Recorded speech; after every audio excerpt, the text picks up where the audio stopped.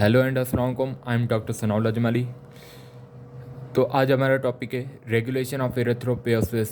Last video में हमने stages of development of RBC पढ़े थे कि एरिथ्रोपोएसिस के कौन कौन से स्टेजेस होते हैं आरबीसी फॉर्मेशन में, और आज हम डिस्कस करने जा रहे हैं रेगुलेशन के कौन कौन से फैक्टर्स होते हैं जो इन स्टेजेस के दौरान ऐड करते हैं, जो इस प्रोसेस को रेगुलेट करते हैं। तो वीडियो पे चलने से पहले आप लोग से एक रिक्वेस्ट है कि आप लोग हमारे चैनल को सब्सक्राइब करें ताकि जो भी आने वाले वीडियोज़ हैं उनकी नोटिफिकेशन आप लोगों को मिल जाए, और इस वीडियो को ज़्यादा से ज़्यादा शेयर करें ताकि आपके फ्रेंड्स को भी इस वीडियो से फ़ायदा मिल सके। तो हम चलते हैं अपने टॉपिक की तरफ। Regulation of erythropoiesis. Production of erythrocytes is a tightly regulated process. जो एरिथ्रोसाइट्स की प्रोडक्शन होती है वो एक टाइटली रेगुलेटेड प्रोसेस होती है, अच्छे से रेगुलेटेड प्रोसेस होती है। इससे नहीं होता कि यहाँ पे कोई फैक्टर नहीं होती, ये बहुत अच्छे से एक रेगुलेटेड प्रोसेस होते हैं, मुख्तलिफ फैक्टर से ऐड करके इसे रेगुलेट करते हैं। Production can be rapidly increase in setting of on going blood loss और हेमोलाइसिस। ये प्रोडक्शन आरबीसी की जो होती है वो इंक्रीज़ होती है हेमोलाइसिस या ब्लड लॉस की वजह से। आरबीसी फॉर्मेशन इंक्रीज़ हो जाते हैं। पहले भी हमने डिस्कस करी थी एरिथ्रोपोएसिस के इंट्रो में कि आरबीसी फॉर्मेशन एक तो बॉडी नीड की वजह से भी होती है कि अगर बॉडी को ज़रूरत है आरबीसी की, उस हिसाब से भी आरबीसी फॉर्मेशन होती है। लेकिन दूसरी स्टिमुलाई हो गया, डिफरेंट स्टिमुलाई जैसे हाइपोक्सिया हो गया, या जैसे ब्लीडिंग ज़्यादा हो रही है, ब्लड लॉस हो रही है, तो उन प्रोसेस में भी आरबीसी फॉर्मेशन ज़्यादा होगी, इंक्रीज़ होगी, आरबीसी फॉर्मेशन इंक्रीज़ हो जाएगी। तो production can be rapidly increase in setting of on going blood loss और हेमोलाइसिस। प्रोडक्शन जो है वो इंक्रीज़ हो जाएगी ब्लड लॉस और हेमोलाइसिस के दौरान आरबीसी की production. This process is successive driven by successive combination of transcription factors and haematopoietic growth factor receptors. Regulation of RBC में दो फैक्टर्स होते हैं इंपॉर्टेंट, एक ट्रांसक्रिप्शन फैक्टर्स और हेमाटोपोएटिक ग्रोथ फैक्टर्स। ये दोनों फैक्टर्स हैं जो मिलके आरपीसीज की फॉर्मेशन एरिथ्रोपोएसिस को रेगुलेट कर रहे होते हैं। कौन से? Transcription factors and haematopoietic growth factor receptors. Haematopoietic growth factor receptors जो हम अभी डिस्कस करेंगे। Factors that are regulating erythropoiesis कौन कौन से हैं? वो सारे फैक्टर्स जो एरिथ्रोपोएसिस को रेगुलेट कर रहे हैं, एरिथ्रोपोएसिस के आरबीसी फॉर्मेशन के दौरान वो एड कर रहे हैं, वो कौन कौन से फैक्टर हैं? एरिथ्रोपोएटिन फर्स्ट, हाइपोक्सिया हो गया, vitamin B12, folic acid, vitamin B9, vitamin B2, B6, amino acids, iron और मुख्तलिफ हार्मोन्स केमिकल्स जैसे कार्टिजोल हो गया, थायराइड एंड्रोजीन्स हो गए, SCTH adrenocorticotropic hormone and growth hormones.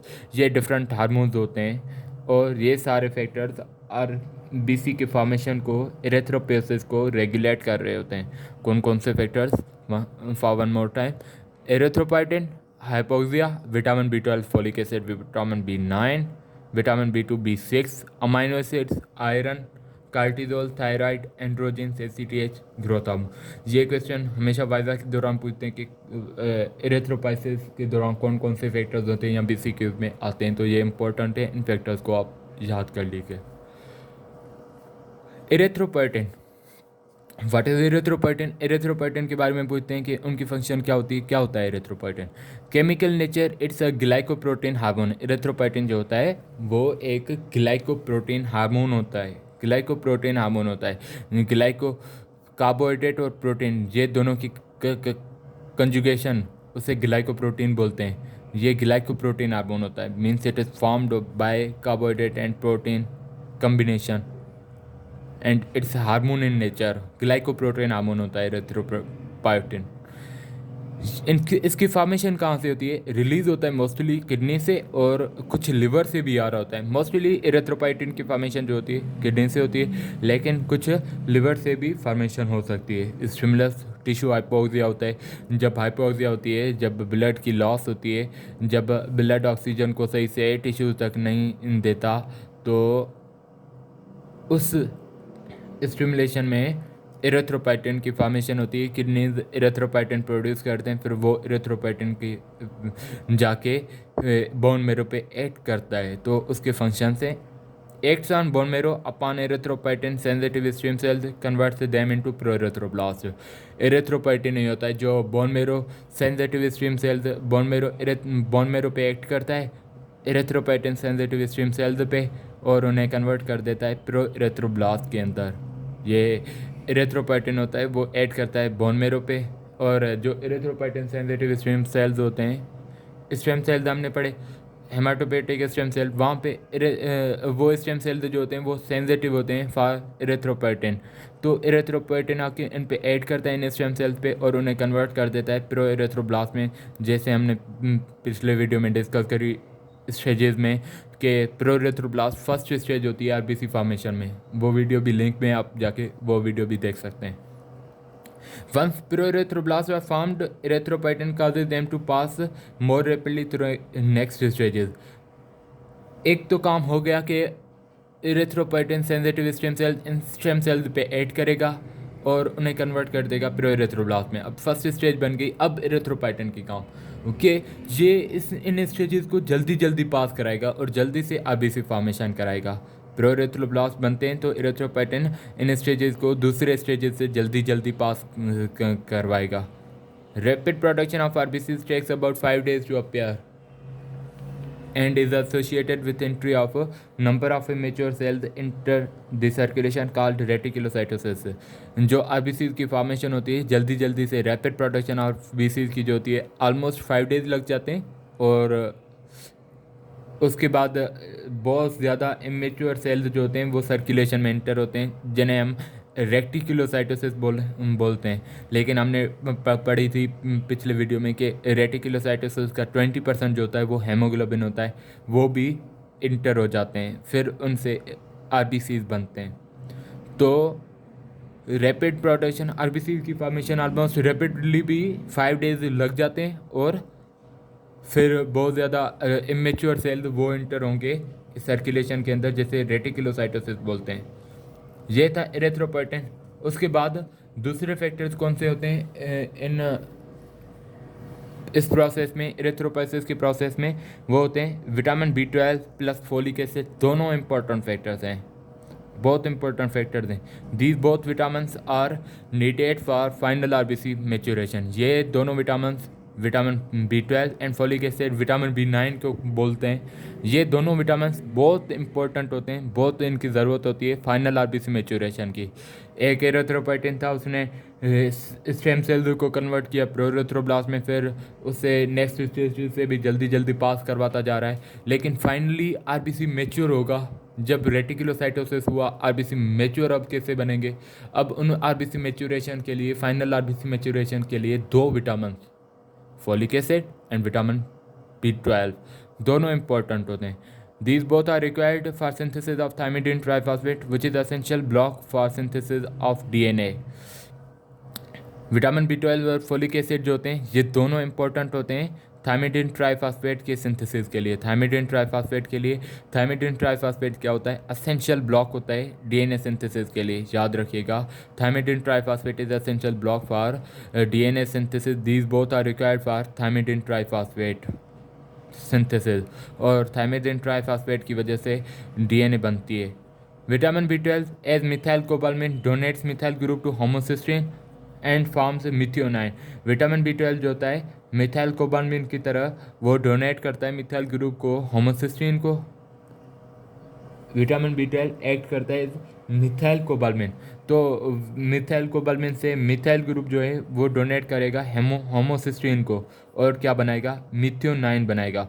और ये रिएक्शन कैसे कैटालाइज होगी? मिथियोनाइन सिंथेज के जरिए। एंजाइम मिथियोनाइन सिंथेज कन्वर्ट कर देगा मिथाइल कोबालमिन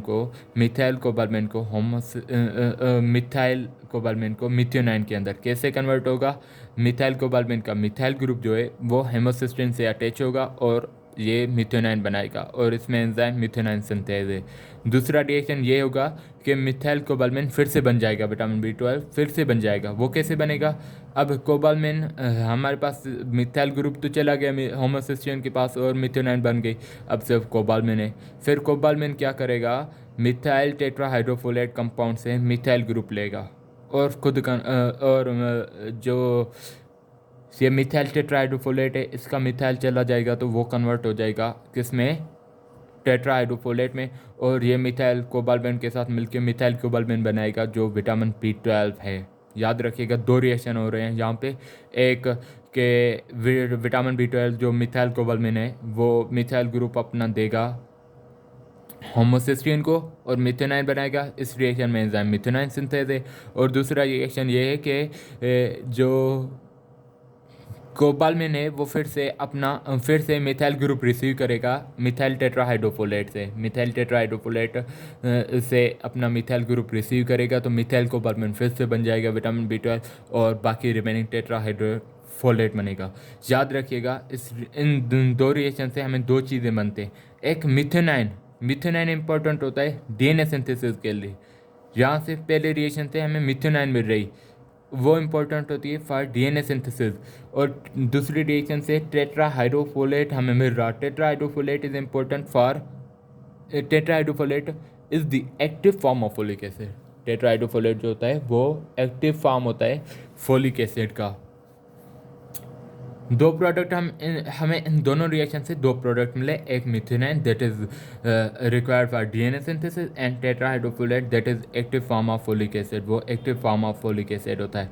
अब फोलिक एसिड कन्वर्ट हो रहा है अपने एक्टिव फॉर्म में बाय विटामिन B12। हमने डिस्कस करी विटामिन B12 ये जो पहला रिएक्शन कर रहा, मिथाइल कोबाल्मिन मिथाइल डोनेट कर रहा होमोसिस्टीन को, फिर मिथेनाइन बन रही और फिर से कोबाल्मिन मिथाइल ग्रुप रिसीव कर रहा मिथाइल टेट्राहाइड्रोफोलेट से और टेट्राहाइड्रोफोलेट बना रहा। और अब ये टेट्राहाइड्रोफोलेट जो है वो active form of folic acid है, तो ये फोलिक एसिड अपने एक्टिव फॉर्म में कन्वर्ट होता है, उससे हम विटामिन B12 बोलते हैं। इनएक्टिव फॉर्म जो होता है फोलिक एसिड का वो मिथाइल टेट्राहाइड्रोफोलेट होता है, लेकिन एक्टिव फॉर्म टेट्राहाइड्रोफोलेट होती है। मिथाइल ग्रुप निकल जाती है तो टेट्राहाइड्रोफोलेट बनती है और वो थ्रू विटामिन B12 के ज़रिए हो रही है।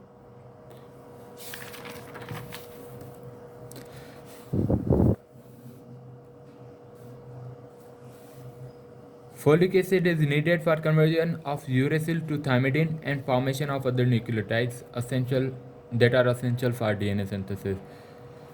फोलिक एसिड की कौन सी काम होती है कि एक तो ये यूरेसिल को थायमिडीन में कन्वर्ट कर देगा, यूरेसिल को थायमिडीन में कन्वर्ट कर देगा। नाइट्रोजन बेसिस होते हैं यूरेसिल, थायमिडीन, पैरामिडीन, प्यूराइन बेसिस जो होते हैं, इनको यूरेसिल को थायमिडीन में कन्वर्ट कर देगा फोलिक एसिड। और दूसरा कि मुख्तलिफ़ किस्म की न्यूक्लियोटाइड्स बनाएगा जो DNA सिंथेसिस के लिए इम्पॉर्टेंट होते हैं। तो ये इम्पोर्टेंट काम हैं फोलिक एसिड के। तो इस वीडियो में हम अभी तक यहीं पे इस वीडियो को एंड करते हैं। रेगुलेशन फैक्टर्स हमने पढ़े एरिथ्रोपोइसिस के दौरान कि कौन से फैक्टर्स एरिथ्रोपोइसिस को रेगुलेट कर रहे होते हैं। तो होप ये वीडियो आप लोगों को पसंद आया होगा। इस वीडियो को लाइक करें और ज़्यादा से ज़्यादा शेयर करें अपने दोस्तों के साथ ताकि वो भी इस वीडियो से गेन कर सकें, और हमारे चैनल को सब्सक्राइब करें ताकि आने वाले वीडियो की नोटिफिकेशन आप लोगों को मिल जाए। सो मिलते हैं नेक्स्ट वीडियो में। Thank you so much. अल्लाह हाफ़िज़।